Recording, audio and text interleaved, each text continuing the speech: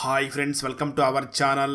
ఈరోజు నేను తమిళ లాంగ్వేజ్ లో 2026 సంవత్సరంలో జీవా నటించినటువంటి ఒక మంచి యాక్షన్ కామెడీ డ్రామా మూవీ స్టోరీని ఎక్స్ప్లెయిన్ చేయబోతున్నాను. అదే తలైవర్ తంబి తలై మాయల్. ఇక టైం వేస్ట్ చేయకుండా స్టోరీలోకి వెళ్ళిపోదాం. Now let's start our video.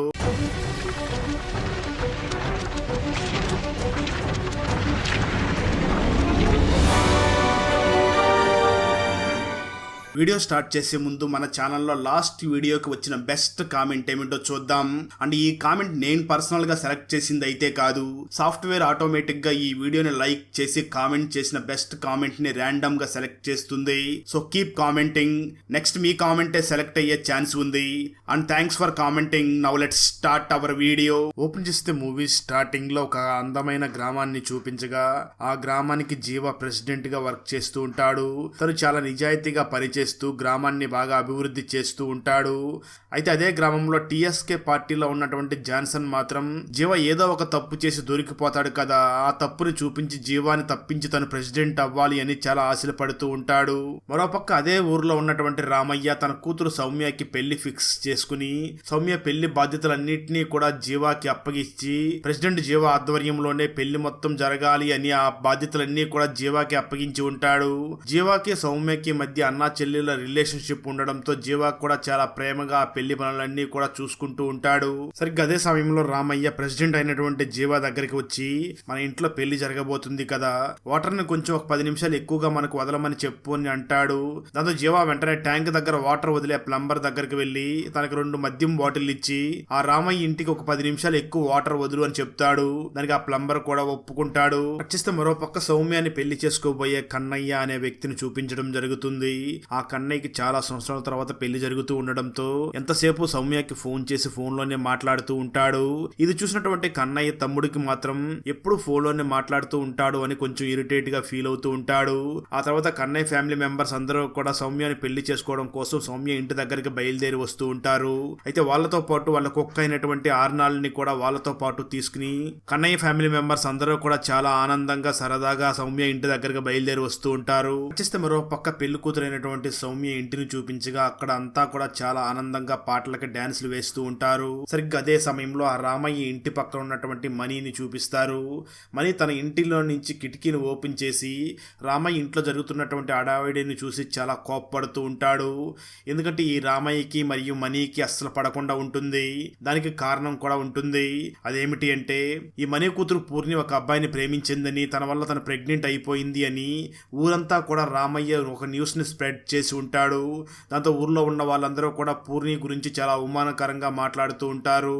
దాంతో పూర్ణి అవమానాన్ని భరించలేక ఆ రామయ్య మరియు ఈ మనీ ఇంటి వెనకాల ఉన్నటువంటి ఆ పెద్ద ట్యాంక్ లోకి దూకి ఆత్మహత్య చేసుకుని చనిపోయి ఉంటుంది. దాంతో మనీ అప్పటి నుంచి కూడా నా కూతురు ఎవరిని ప్రేమించలేదు, అయినా రామయ్య ఈ న్యూస్ ని స్ప్రెడ్ చేయడం వల్లనే నా కూతురు చనిపోయింది అని మనీ రామయ్య మీద చాలా కోపాన్ని పెంచుకుని తన మీద చాలా కోపంతో రగిలిపోతూ ఉంటాడు. ఇప్పుడు కూడా రామయ్య ఇంట్లో జరుగుతున్నటువంటి ఆ శుభకార్యాన్ని చూసినటువంటి మనీ, నా కూతురు బ్రతికి ఉంటే ఖచ్చితంగా తనకు కూడా ఇంతే గ్రాండ్ గా పెళ్లి చేసేవాడిని కదా అంటూ చాలా ఎమోషనల్ గా ఫీల్ అవుతూ ఉంటాడు. ఆ తర్వాత మనీ మంచానికే పరిమితమై ఉన్నటువంటి తన ఫాదర్ దగ్గరికి వెళ్లి తనకి టాబ్లెట్స్ ఇస్తూ ఉంటాడు. మరో పక్క రామయ్య ఇంట్లో నుంచి మ్యూజిక్ చాలా లౌడ్ గా వస్తూ ఉంటుంది. దాన్ని విన్నటువంటి మనీ ఫాదర్ కూడా చాలా ఆనందంగా ఆ పాటలుగా డాన్స్ చేస్తూ ఉంటాడు. అలా డాన్స్ వేస్తున్నటువంటి మనీ ఫాదర్ సడన్ గా గుండు పట్టుకుని కింద పడిపోయి అక్కడికక్కడ చనిపోతాడు. ఆ విషయం తెలుసుకున్నటువంటి మనీ వెంటనే పక్కింట్లో డాన్స్ చేస్తున్నటువంటి ప్రెసిడెంట్ జీవాని పిలిచి, మా నాన్నగారు చనిపోయారు, రేపు మా నాన్నకి అంత్యక్రియలు చేయాలనుకుంటున్నాను, నువ్వే దగ్గరుండి అన్నీ చూసుకోవాలి అని అంటాడు. ఆ మాటలు విన్న జీవా మాత్రం, ఏంటిది, ఇక్కడ ఈ మనీ వాళ్ళ ఫాదర్ కి అంత్యక్రియలు జరిపించాలా లేదా రామయ్య కూతురైనటువంటి సౌమ్యకి పెళ్లి జరిపించాలని ఆలోచిస్తూ అక్కడి నుంచి సైలెంట్ గా రామయ్య ఇంటి దగ్గరికి వెళ్లి అక్కడ ప్లే అవుతున్న మ్యూజిక్ ని ఆఫ్ చేసి రామయ్యని దగ్గరికి పిలుచుకుని పక్కింట్లో ఉన్నటువంటి మనీ వాళ్ళ ఫాదర్ చనిపోయాడు అని అంటాడు. ఆ మాటలు విన్న రామయ్య కూడా షాక్ అయ్యి, ఎప్పుడూ లేనిది సడన్ గా మనీ వాళ్ళ ఫాదర్ ఈ రోజే ఎందుకు చనిపోయాడు, నాకెందుకు ఆ మనీనే తన నాన్నను చంపేసి ఉంటాడు అని గట్టిగా అరుస్తూ ఉంటాడు. అలాగే రామయ్య వెంటనే మళ్ళీ జీవా దగ్గరికి వచ్చి, నువ్వేం చేస్తావో నాకు తెలియదు, రేపు ఉదయం 10:30 గంటలకల్లా మీ చెల్లి అదే నా కూతురు సౌమ్య పెళ్లి జరగాలి, ఇదంతా కూడా నువ్వే దగ్గరుండి చూసుకోవాలి అని అంటాడు. దాంతో జీవ నేను ఒకసారి మనీతో మాట్లాడి వస్తాను అని మనీ దగ్గరికి వచ్చి, రేపు మార్నింగ్ 10:30కి రామయ్య కూతురు సౌమ్యకి పెళ్లి ఉంది కదా, మీ నాన్న అంత్యక్రియలని సాయంత్రం పూట నువ్వు అన్నట్లుగానే ఘనంగానే చేద్దామని అంటాడు. ఆ మాటలు విన్న మనీ మాత్రం అదేం కుదరదు, రేపు మార్నింగ్ 10:30కి మా నాన్న అంత్యక్రియలు కూడా జరగాలి అని బలంగా పట్టుబట్టడంతో ఆ మాటలు విన్నటువంటి జీవ మాత్రం ఇప్పుడు ఏం చెయ్యాలి, అంత్యక్రియలను జరిపించాలా లేదా పెళ్లి జరిపించాలా అని ఆలోచిస్తూ ఉంటాడు. సరిగ్గా అదే సమయంలో ఎప్పుడెప్పుడు జీవ దొరుకుతాడని ఆలోచిస్తున్నటువంటి జాన్సన్ డైరెక్ట్ గా మనీ ఇంటి దగ్గరికి వెళ్లి, నువ్వేం భయపడకు, నువ్వు కోరుకున్నట్లుగానే రేపు 10:30 గంటలకి మీ నాన్నకి అంత్యక్రియలను జరిపిద్దామని తనకి మాటిస్తూ ఉంటాడు. అదే సమయంలో మనీ ఫాదర్ చనిపోయాడు అని పక్క ఊర్లో తెలియడంతో మనీ ఫాదర్ వాళ్ళ అన్నదమ్ములు అందరూ కూడా బయలుదేరి వస్తూ ఉంటారు. నిజానికి వీళ్ళందరూ కూడా చాలా పెద్ద పెద్ద రౌడీలు అయి ఉంటారు. నిజం చెప్పాలంటే మనీ ఫాదర్ కూడా చాలా పెద్ద రౌడీ అయినప్పటికీ తర్వాత అన్ని మర్చిపోయి తర్వాత దైవ చింతనలో దైవుడికి దగ్గరగా పూజలు చేసుకుంటూ బ్రతుకుతూ ఉండి ఉంటాడు.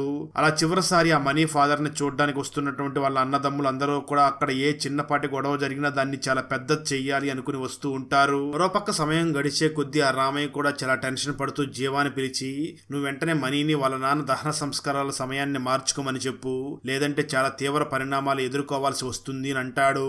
దాంతో జీవా వెంటనే ఆ మనీ దగ్గరికి వెళ్లి, చనిపోయినటువంటి మీ నాన్న తిరిగి రాడు, ఆ సౌమ్యకి శుభం అని పెళ్లి జరుగుతుంది, ప్లీజ్ దానికి ఎటువంటి అడ్డంకులు రాకుండా నువ్వే మీ నాన్న అంత్యక్రియలని ఒక 2 గంటల ఆలస్యంగా చెయ్యాలి అని అంటాడు.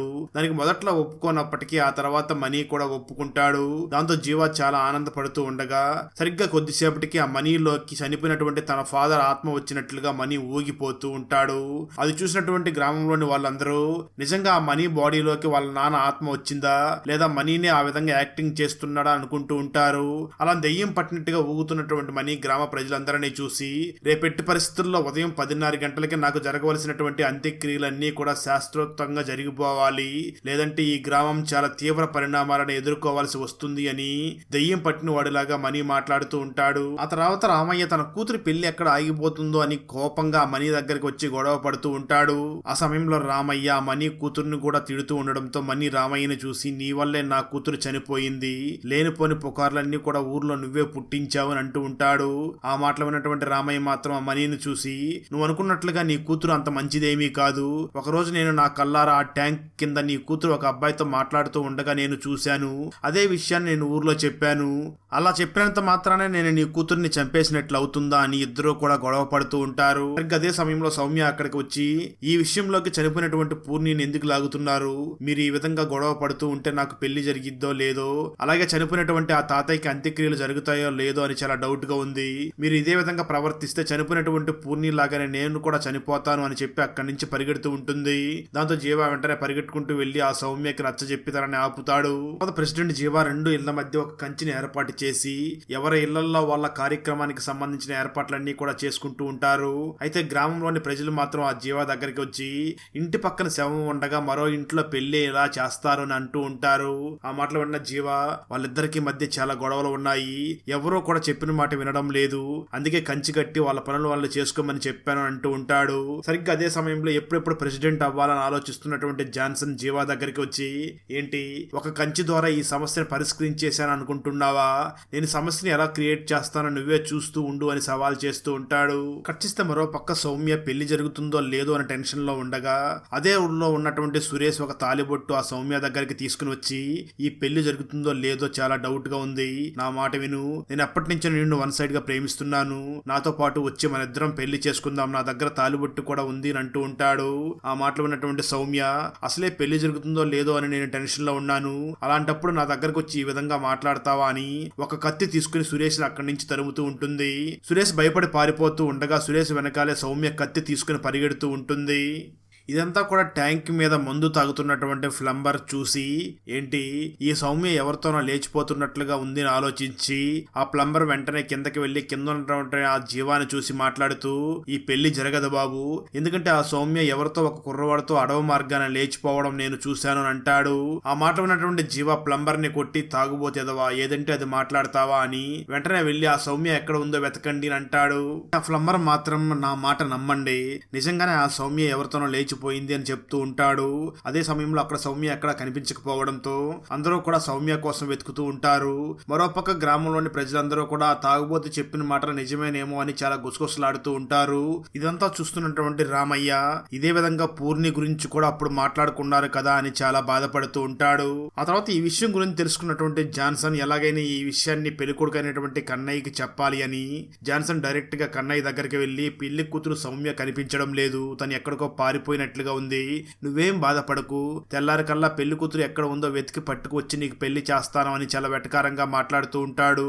దాంతో కన్నయ్య వెంటనే తన తమ్ముడు మరియు వాళ్ళ కుక్కను తీసుకుని ఆ సౌమ్యని వెతకడం కోసం సౌమ్య పారిపోయింది అని చెప్తున్నటువంటి అడవిలోకి వెళ్లిపోయి అక్కడ సౌమ్య కోసం వెతుకుతూ ఉంటాడు. మరోపక్క జీవ కూడా సౌమ్య కోసం వెతుకుతూ టార్చ్ లైట్ తీసుకుని అడవిలోకి వెళ్లి వెతుకుతూ ఉన్న సమయంలో చెట్టు పైన ఆ సురేష్ తాలుబట్టు పట్టుకుని కూర్చుని ఉండి ఉంటాడు. అది చూసినటువంటి జీవ సురేష్ ని కిందకి పిలిచి ఎందుకు నువ్వు ఇక్కడ కూర్చుని ఉన్నావు అని అడుగుతాడు. దాంతో సురేష్ జరిగిందంతా కూడా జీవాకి చెప్పి నేను ఎప్పటి నుంచో కూడా ఆ సౌమ్యని ప్రేమిస్తున్నాను, ఆ విషయం చెప్పడం కోసం తాలిబొట్టుని తన దగ్గరకు తీసుకుని వెళ్లి నన్ను పెళ్లి చేసుకుంటావని అడిగాను, ఆ సౌమ్య కోపంతో కత్తి తీసుకుని నన్ను తరుముకుంటూ వచ్చింది, అందుకే భయపడిపోయి చెట్టెక్కి ఇక్కడ కూర్చున్నాను అని చెప్తూ ఉంటాడు. ఆ మాటలు విన్న జీవ అది సరే ఇప్పుడు ఆ సౌమ్య ఎక్కడ ఉంది అని అడుగుతాడు. దానికి సురేష్ సమాధానం చెప్తూ నన్ను తరుముకుని వచ్చే సమయంలో సౌమ్య ఒక గుంటలో పడిపోయింది, దగ్గరకు వెళ్లి తీద్దామంటే నన్ను ఎక్కడ పొడి చేసిద్దో అన్న భయంతో ఈ చెట్టెక్కి కూర్చుని ఉన్నాను అని అంటాడు. ఆ తర్వాత అందరూ కూడా ఆ గుంత దగ్గరికి వెళ్లి సౌమ్యాన్ని బయటికి తీస్తారు. మరోపక్క ఇంటి దగ్గర రామయ్య నా కూతురు పారిపోవడానికి మనీనే కారణమని ఆ మనీతో గొడవ పడుతూ ఉంటాడు. నెమ్మదిగా ఆ గొడవ చాలా పెద్దదవడంతో చనిపోయినటువంటి మనీ నాన్నని చూడడానికి వచ్చినటువంటి వాళ్ళ అన్నదమ్ములు తీసుకొచ్చినటువంటి నాటు బాంబులన్నీ కూడా వాళ్ళు వేస్తూ ఉంటారు. దాంతో చాలా పెద్ద గొడవ అవుతుంది. జీవ వాళ్ళని ఆపడానికి చాలా ప్రయత్నం చేస్తూ ఉంటాడు, అయినప్పటికీ వాళ్ళు వినకుండా గొడవ పడుతూ ఉంటారు. ఆ సమయంలోనే మనీ వాళ్ళ నాన్నని చూడడానికి వచ్చిన వాళ్ళ నాన్న వాళ్ళ అన్నదమ్ములు అందరూ తీసుకొచ్చినటువంటి బాంబుల్ని విసరడంతో ఆ నాటు బాంబులు వెళ్లి ఇంటి వెనకాల ఉన్నటువంటి ట్యాంక్ దగ్గర పడడంతో ట్యాంక్ పేలి ఆ వాటర్ అన్ని కూడా 2 ఇళ్లలోకి వచ్చేస్తూ ఉంటాయి. దాంతో జీవ వెంటనే చాలా కోపంగా రామయ్యని మరియు ఆ మనీని చూసి మీ ఇద్దరు నోటి దూల వల్ల ఎంత గొడవ అవుతుందో చూడండి, ఇప్పుడు చూడండి ట్యాంక్ పేలి నీళ్లు మొత్తం 2 ఇళ్లలోకి వచ్చేసాయి, ఇప్పుడు చెప్పండి మీరిద్దరూ కూడా సరిగ్గా 10:30కే అంత్యక్రియలని మరియు పెళ్లిని చెయ్యాలని అంత పట్టుబట్టారు కదా, ఇప్పుడు ఎలా చేస్తారో మీరే చెయ్యండి అని వాళ్ళిద్దరినీ కూడా తిడుతూ ఉంటాడు. ఆ వెంటనే జీవ అక్కడ పెళ్లి చేసుకోబోతున్నటువంటి సౌమ్యని మరియు కన్నయ్యని చూసి మీరిద్దరూ కూడా ఇక్కడ ఉండడం అంత మంచిది కాదు, ఇక్కడ ఉన్న ప్రజలు అంత మంచి వాళ్ళు కాదు, మీరు వెంటనే ఇక్కడి నుంచి దగ్గరలో ఉన్న ఒక గుడి దగ్గరికి వెళ్లి పెళ్లి చేసుకుని ఆనందంగా ఉండండి అని అంటూ ఉంటాడు. సరిగ్గా అదే సమయంలో పోలీసులు అక్కడికి వచ్చి ఇక్కడ ఇంత గొడవ జరగడానికి కారణమైనటువంటి రామయ్యని మరియు మనీని కూడా అరెస్ట్ చేసి తీసుకుని వెళుతూ ఉంటారు. తర్వాత జీవ తనకి బాగా ట్యాంక్ పేలడం వల్ల వచ్చిన వాటర్ వల్ల చాలా మురికి అంటూ ఉండడంతో ఇంటికి బయలుదేరి వెళ్ళగా సరిగ్గా అదే సమయానికి జీవాని చూసుకోవడానికి అమ్మాయి వాళ్ళ ఫ్యామిలీ వాళ్ళు వచ్చి ఉంటారు. అదే సమయంలో జీవ అక్కడికి వెళ్లి ఉండడంతో జీవాకు బాగా మురికి ఉండడంతో అది చూసినటువంటి వాళ్ళు చాలా షాక్ అవుతూ ఉంటారు. జీవ వెంటనే వాళ్ళని చూసి ఊర్లో చిన్న సమస్య వచ్చింది, అది తీర్చి వచ్చే సమయానికి ఈ విధంగా అయ్యింది, మీరేం కంగారు పడకండి, ఒక 5 నిమిషాలు టైం ఇస్తే రెడీ అయ్యి వస్తాను అని చెప్పి వాష్రూమ్ లోకి వెళ్లి ట్యాప్ ఓపెన్ చేయగా అక్కడ వాటర్ ట్యాంక్ పేలిపోయి ఉండడంతో ఇక్కడ వాటర్ రాకుండా ఉంటాయి. దాంతో జీవ ఊర్లో అందరికీ మంచి చేయాలనుకుని ఆలోచిస్తూ ఉండేవాడికి నాకు ఈ రోజు మీ వల్ల సమస్య వచ్చింది, ఇప్పుడు ఎలా నేను పెళ్లి వాళ్ళ దగ్గరికి వెళ్ళాలి, నేను పెట్టిన రూల్స్ అన్నిటినీ కూడా మంచిగా ఫాలో అయ్యి ఉంటే మన ఊరికి ఈ పరిస్థితి వచ్చేది కాదు కదా అని అంటూ ఉంటాడు. అక్కడతో ఈ మూవీ అయిపోతుంది. బాగా ధనవంతురాలైనటువంటి ఎలీషా ఎలా చనిపోయింది, ఈ ఎలీషా నార్మల్ గానే చనిపోయిందా లేదా తనని ఎవరైనా హత్య చేశారా, ఎలీషా తన ఆస్తి మొత్తాన్ని కూడా నమ్రత పేరు మీద ఎందుకు రాసింది, ఈ నమ్రతనే ఎలీషాని నిజంగా చంపిందా లేదా ఎలీషా ఇంట్లో పనిచేసే పని మనిషే చంపేశాడా, ఆర్థిక ఇబ్బందులతో బాధపడుతున్నటువంటి నమ్రత ఎలీషా చనిపోవడానికి ముందు ఒక కారు షోరూమ్కి వెళ్ళి టెస్ట్ డ్రైవ్ ఎందుకు చేసింది, కరోనా సమయంలో డాక్టర్స్ ఇలా కూడా ప్రవర్తించారా, చివరికి లాయర్ మాయా ఆ ఎలీషా మరణం వెనక దాగి ఉన్న రహస్యాన్ని కనిపెట్టిందా లేదా అన్నదే 2025లో తమిళ్ లాంగ్వేజ్లో రిలీజ్ అయినటువంటి ద వెర్డిక్ట్ మూవీ స్టోరీ. ఈ తమిళ్ ఫుల్ మూవీ స్టోరీని తెలుగులో వినాలి అనుకుంటే ఈ వీడియో డిస్క్రిప్షన్లో ఉన్న లింక్ని క్లిక్ చేసి చూడండి. Thanks for watching. Friends, video నచ్చినట్లయితే లైక్ చేసి ఒక చిన్న కామెంట్ చేస్తే మాకు నెక్స్ట్ వీడియో చేయడానికి ఎంకరేజింగ్గా ఉంటుంది. అలాగే ఛానల్ని సబ్స్క్రైబ్ చేసి పక్కనే ఉన్న బెల్ ఐకాన్ని క్లిక్ చేసి సపోర్ట్ చేయండి.